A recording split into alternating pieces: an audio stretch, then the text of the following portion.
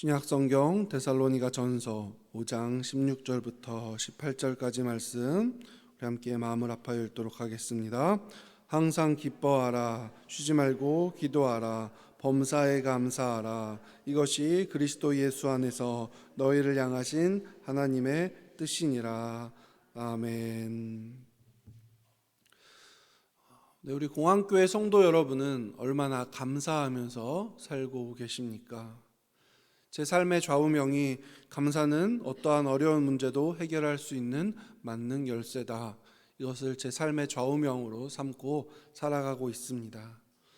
저는 이 좌우명을 뒷받칠 만한 내용을 찾다가 이찬수 목사님이 쓰신 책에서 정확한 그 내용을 발견하였습니다. 이찬수 목사님이 쓰신 책에는 이러한 내용이 적혀 있었습니다. 이찬수 목사님의 지인 목사님에 대한 내용이 쓰여져 있었습니다. 그 내용은 이러합니다. 이찬수 목사님의 지인이 한 교회에 부임하셨다고 합니다. 그런데 그 지인 목사님과 교회에서 힘께나 쓰는 한 성도님과 관계가 틀어졌다고 합니다. 관계가 틀어지니 그 지인 목사님의 사역에 어려움이 오셨다고 합니다. 사역이 너무 힘들어서 목사님은 사표를 마음에 품고 금식 기도에 들어가셨다고 합니다. 그러던 중에 하나님께서 그 목사님에게 이러한 마음을 주셨다고 합니다. 책에 적힌 내용입니다. 너는 왜 일방적으로 미워만 하고 감사할 줄 모르느냐? 하나님이 그 마음을 주셨다라고 합니다. 그래서 그 목사님은 그 마음을 가지고 그 성도님이 있어서 감사한 내용을 적기 시작하셨다고 합니다. 한 3시간 정도 끙끙거리니 50가지 정도의 감사 내용을 쓸 수 있었다라고 합니다. 그때까지만 해도 그래도 50가지면 충분하지 않냐?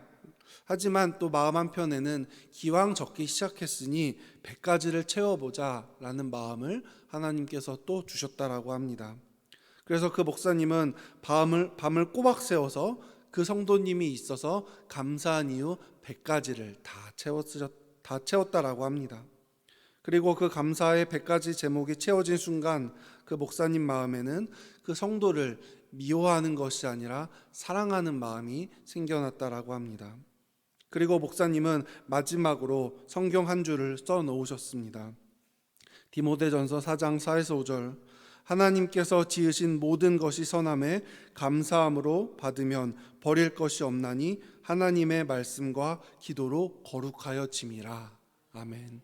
이 말씀을 100가지 감사 내용 뒤에 적어놓고 그 기도 제목을 쓰는 것을 마치셨다라고 합니다.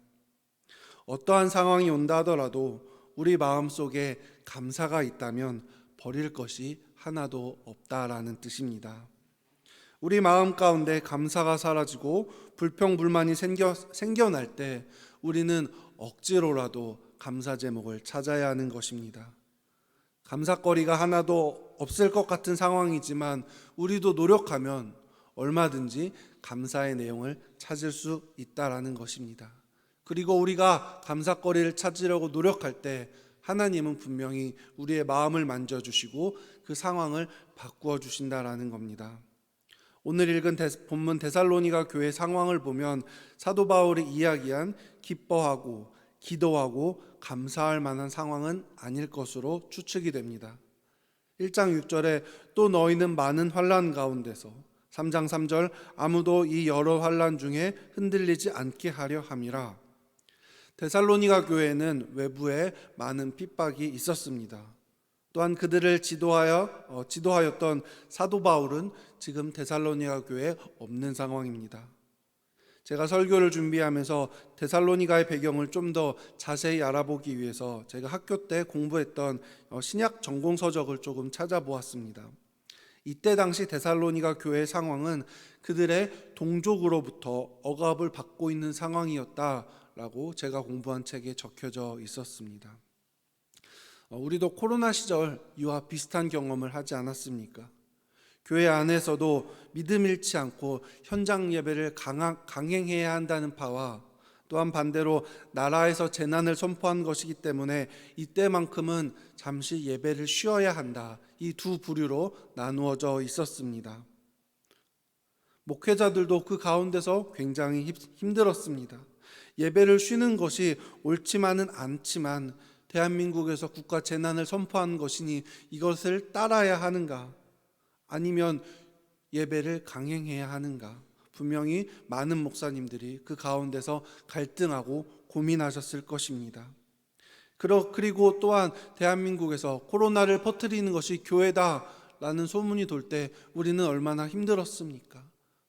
잘못된 소문임에도 불구하고 저들이 모여서 예배할 때 그 안에서 코로나 바이러스가 돌고 그들이 가정으로, 회사로, 학교로 갔을 때 코로나를 퍼뜨리는 주 범인이 된다라는 소문에 가운데 서 있었을 때 우리는 굉장히 힘든 시기를 보냈습니다.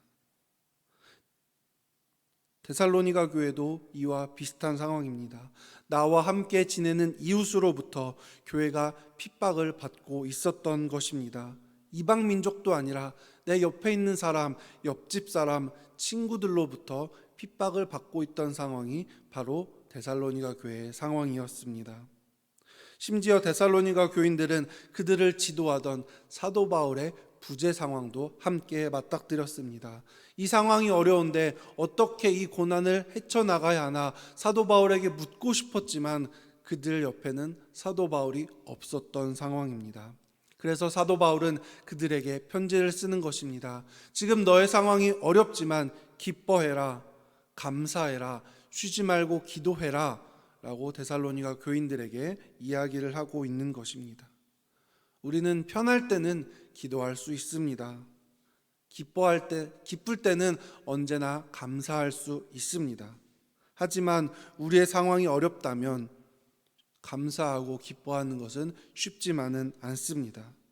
감사보다는 원망과 불평으로 우리의 마음이 바꾸어집니다. 하지만 사도 바울도 이렇게 쉽게 데살로니가 교인들에게 말할 수 있던 것은 아닙니다. 우리가 잘 아는 것처럼 사도 바울은 실제 감옥에 갇혔을 때 찬양을 부른 사람입니다. 사도행전 16장에 보면 바울과 실라는 옥에 있었지만 옥중에서 하나님께 감사 찬송을 드린 것 너무나 잘 알고 있습니다. 이러한 신앙을 가지고 있는 사도 바울이기 때문에 어려울 때일수록 더 감사하고 더 찬송해라 라고 성도들에게 이야기할 수 있는 것입니다. 사도 바울은 언행이 일치되는 사람이었습니다. 만일 사도 바울이 본인이 감옥에 갇혔을 때는 불평불만하고 데살로니가 교인들에게 하지만 너희들은 감사해라, 기뻐해라, 쉬지 말고 기도해라 라고 이야기한다면 데살로니가 교인들이 그 말을 따를 수 있었겠습니까? 하지만 나에게 그런 말을 전해준 사도 바울은 언행이 일치된 사람, 만약 이 데살로니가 교회에 지금 사도 바울이 있다 하더라도 사도 바울은 감사했을 것이고 기뻐했을 것입니다. 그것을 알기 때문에 데살로니가 교인들은 사도 바울의 가르침에 따를 수 있었던 것입니다. 감사는 결단입니다. 앞서 말씀드린 목사님이 자신을 그토록 미워하던 성도를 향해 감사 조건 100가지를 찾는다는 것 결코 쉽지는 않습니다. 만약에 제가 그 상황이었다면 10가지만 쓴다 하더라도 그래도 10가지만 쓴 게 어디냐? 그래도 목사쯤 되니까 10가지만 찾은 것이지 일반인들은 5가지도 못 썼을 거야 라고 위안했을 것입니다. 100가지의 감사가 아니라 100가지의 미운 점, 100가지의 원망할 점을 쓰라면 신나게 콧노래를 부르면서 우리는 그 사람이 미운 이유 100가지를 써 내려갔을 것입니다. 하지만 성경에서는 그렇게 말하고 있지 않습니다. 100가지 감사를 찾아라 라고 우리에게 이야기를 하고 있는 것입니다.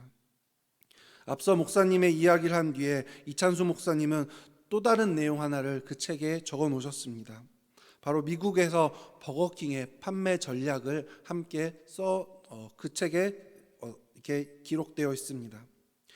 버거킹은 미국에서 한 달에 $5만 내면 매일 아침 모닝커피를 주는 판매 전략이 있었다라고 합니다.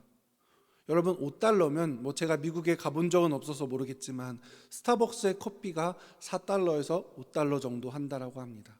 버거킹은 스타벅스의 한 잔 가격만 내면 매달 30일 매일 아침 모닝커피를 제공해주는 판매 전략을 세웠다라고 합니다. 그런데 여기에 버거킹의 숨은 의도가 있다라는 것입니다. 그 의도는 고객들의 입맛을 바꾸어 버리는 것입니다.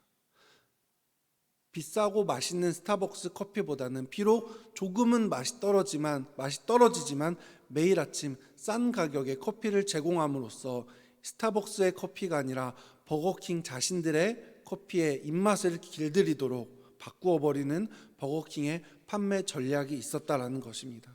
그래서 이제 더 이상은 비싼 가격을 주고 스타벅스에 가지 않도록 하려는 버거킹의 판매 전략이다라는 겁니다. 우리도 감사의 입맛을 들여야 한다라고 이찬수 목사님은 이어서 설명하고 있었습니다. 우리는 감사보다는 불평불만에 길들여져 있습니다. 감사보다는 불평하는 것이 더 좋습니다. 다른 사람을 뒤에서 이야기하는 것이 훨씬 더 우리의 입에 길들여져 있습니다. 하지만 성경에서는 그렇게 이야기하고 있지 않습니다. 싸구려 버거킹 커피보다는 비싸더라도 스타벅스 커피를 마시는 것처럼 힘들더라도 뒤에서 다른 사람을 원망하고 욕하는 것이 아니라 하나님께 감사해라, 원망하지 말고 감사해라 라고 성경은 우리에게 이야기하고 있는 것입니다. 항상 기뻐하라라는 사도 바울의 말이 지키는 것은 성경에 기록된 명령이다라는 것입니다. 그리고 그것이 우리의 몸의 습관이 되어야 한다라는 것입니다. 성경에 보면 감사하지 못했던 부류의 사람들이 나옵니다. 어제 수요 예배 때도 제가 잠깐 말씀드린 내용인데요. 누가복음 17장에 보면 예수님께 고침받은 10명의 사람들이 등장합니다. 그들은 나병을 가지고 있었지만 예수님께 치유를 받았습니다. 그런데 여기서 중요한 것은 예수님의 메시지입니다. 예수께서 대답하여 이르시되 10사람이 다 깨끗함을 받지 아니하였느냐? 그 9은 어디 있느냐? 예수님께서 말씀하시길 10명을 다 고쳐주었는데 와서 감사 인사하는 것은 왜 너 하나뿐이냐? 라고 말씀하시는 겁니다. 그런데 우리가 집중해서 보아야 할 것은 19절에 기록된 말씀입니다. 그에게 이르시되 일어나 가라, 내 믿음이 너를 구원하였느니라.